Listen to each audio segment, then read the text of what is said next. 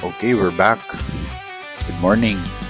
And mag-update ngayong 12 noon.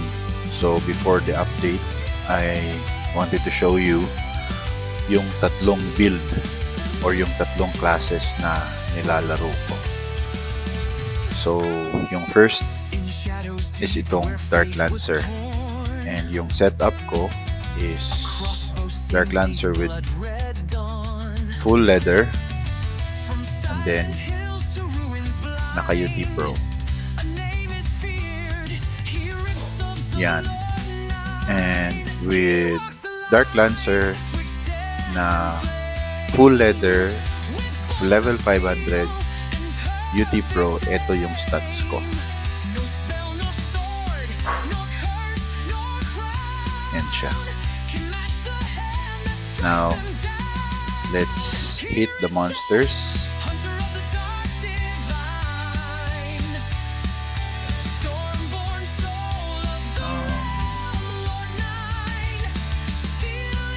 So nakikita nyo naman na significantly talagang mabilis mag-clear, malakas yung damage. Yun nga lang, more frequent yung pagmimiss. Although ngayon sa test na to, hindi ganun ka yun, dalawang sunod-sunod na miss.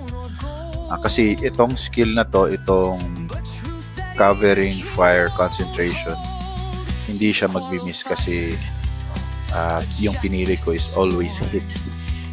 Pero the rest of the attacks, merong chance na mag-miss. See? So, yan yung Dark Lancer ko. Yung disadvantage nito, kasi kapag yung hinihit ko is 8 to 10 levels above me, which is ito nga, currently, level 72 ako. Pag nag-hit ako ng 8 to 10 levels above, yung frequency ng pagmimiss niya ay talagang frequent.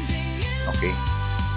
Although, mabilis din siyang mag-clear. And also, yung downside pa rin niya is madaling maubos yung pots ko. So, yan siya. Now, for my main grinding build, I switch to Hunter. Yung Hunter ko usually, teka, pakita ko muna sa inyo yung stats ko na naka Dark Lancer. So take note of the accuracy, 463 lang yan. Now, kapag nag-switch na ako sa Hunter, and then I'll put full plate. Kasi yung full plate, meron siyang added na accuracy. Dito yan makikita sa view all effects. Kapag naka full plate ka, meron siyang, ito kulay yellow or kulay gold, meron siyang added na 100 na accuracy. So ngayon, and let's double check yung sa let's switch this up. Yung Weapon of Darkness dito sa active, and then yung deliberate attack dito sa passive para additional 90. And take note, 472 pa lang yung Hunter ko kasi nag-iipon pa ako ng Maestro Scroll. The goal is to make this reach level 500 para may additional 80 na attack power and 5% damage to monster. So ayan, i-compare nyo yung frequency ng pag-miss. Although mapapansin nyo rin na meron pa rin times na nag-miss siya, pero significantly decreased compared sa naka Dark Lancer. And kung medyo mas makunat na kayo, you can just use UT Pro, pero sa akin I just prefer na naka Flamingo lang.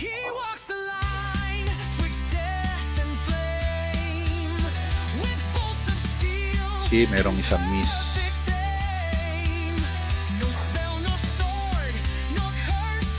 Bihira lang na sa isang monster mag-miss siya twice. pwedeng mag-miss once pero bihira lang ako makakita ng miss twice. And yung stat nito from around 400 plus kanina, tignan nyo, 708 na yung accuracy ko.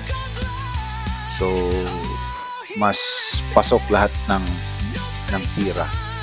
Now ano ngayon yung importance? Baka sabihin niya sa akin, nag-miss lang naman.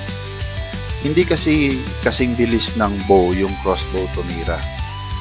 Dapat accurate siya kasi kunwari sa 30-second na attacks, kapag nag-miss ka ng 10, each attack is hindi yan kasi skill yan. Yan, sa normal attack is nagre-range siya from 1.4 to 1.6. Kung nag-miss ako ng 1,500 times 10, that's 15,000 na damage na nag-miss. So yun yung importance ng high accuracy.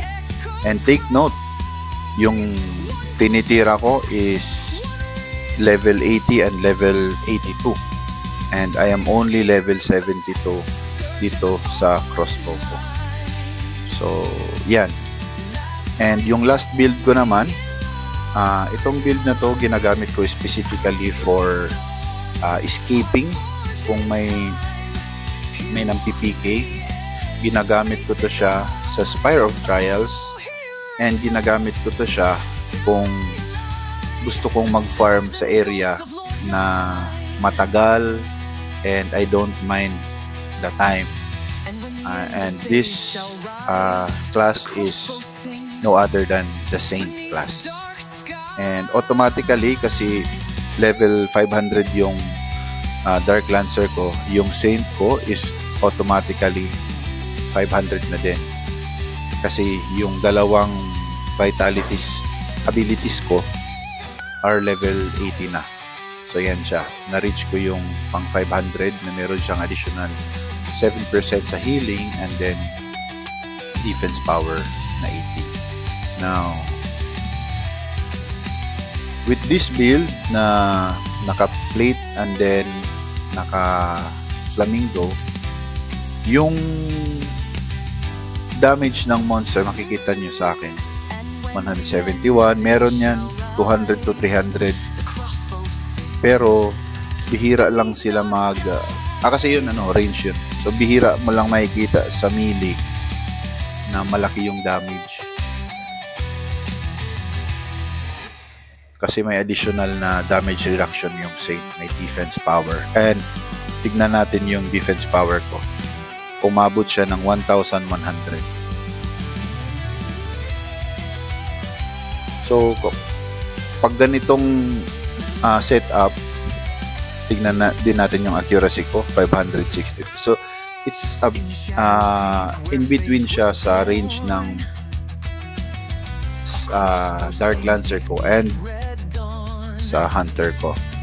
Actually 100 plus 100 lang, pero yan, medyo makunat siya, and this can last me siguro mga dito kung naka full, kasi pag nag full ako ng health potion 2,000 yan,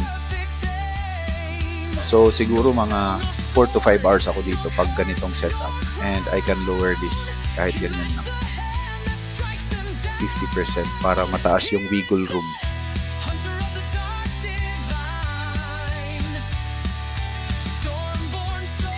So yan.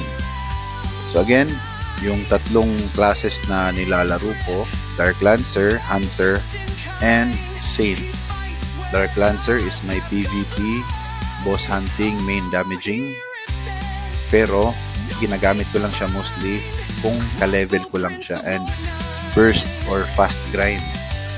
Kung medyo longer periods, my main grinding talaga is Hunter na, which is 400 plus pa lang ngayon, hoping na maging level 500 na siya. And lastly, itong Saint. So I hope nakatulong ito, kasi yung iba hindi makapagpa-level dahil maraming guides na nakikita.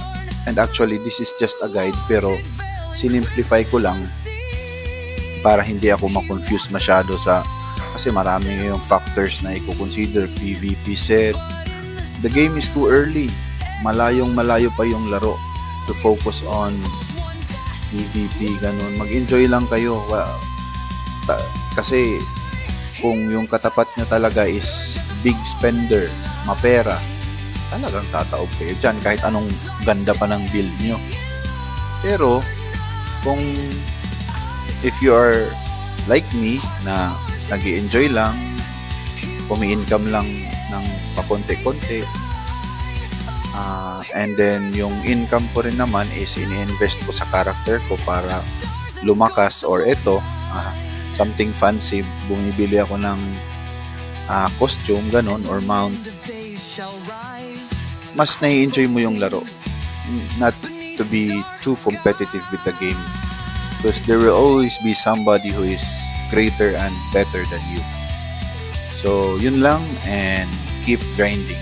If you have comments or suggestion, or kung meron kayong objection sa video na to, please feel free to share, kasi yan din naman yung essence ng gaming or gamers na community. Nagtutulungan tayo. Okay, so until the next video.